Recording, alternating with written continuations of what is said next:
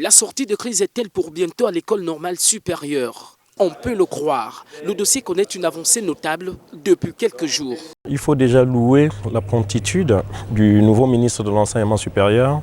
Et comme à l'accoutumée, elle a tenu à nous recevoir ce matin afin de nous rassurer que les négociations suivaient bien leur cours et que le dénouement était proche. Surtout que nous avons toutes les raisons de rester optimistes aujourd'hui, puisque tout ou presque étant déjà fait, afin que tout ceci soit officialisé et que le litige soit officiellement réglé.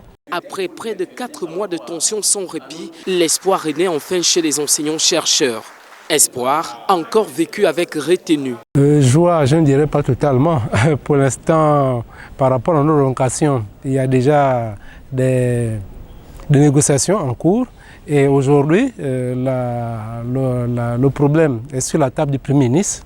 Nous serons totalement en joie lorsque nous aurons en fait un peu de décisions finales.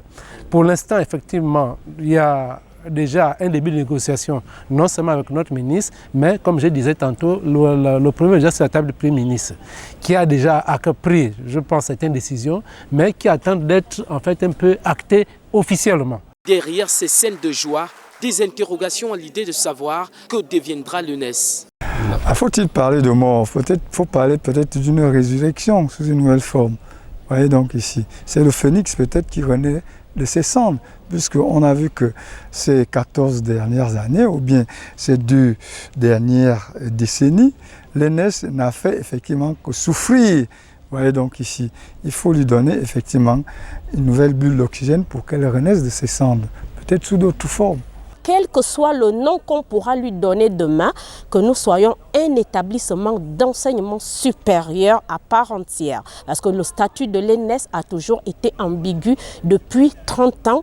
Et étant donné qu'il n'y a qu'au Gabon que cette ambiguïté existe, il fallait bien que les enseignants-chercheurs que nous sommes, les enseignants du supérieur que nous sommes, nous luttions pour sortir de cette embrouille, de cette ambiguïté pour avoir une existence normale de n'importe quel établissement d'enseignement supérieur. Depuis le début de cette crise, les enseignants-chercheurs ont axé leur mouvement sur 2 principales revendications, à savoir une sortie de co-tutelle et la restauration du directeur général suspendu à titre conservatoire il y a quelques semaines. En attente d'une issue escomptée, 8 autres jours de préavis ont été accordés pour une sortie de crise définitive à l'UNES.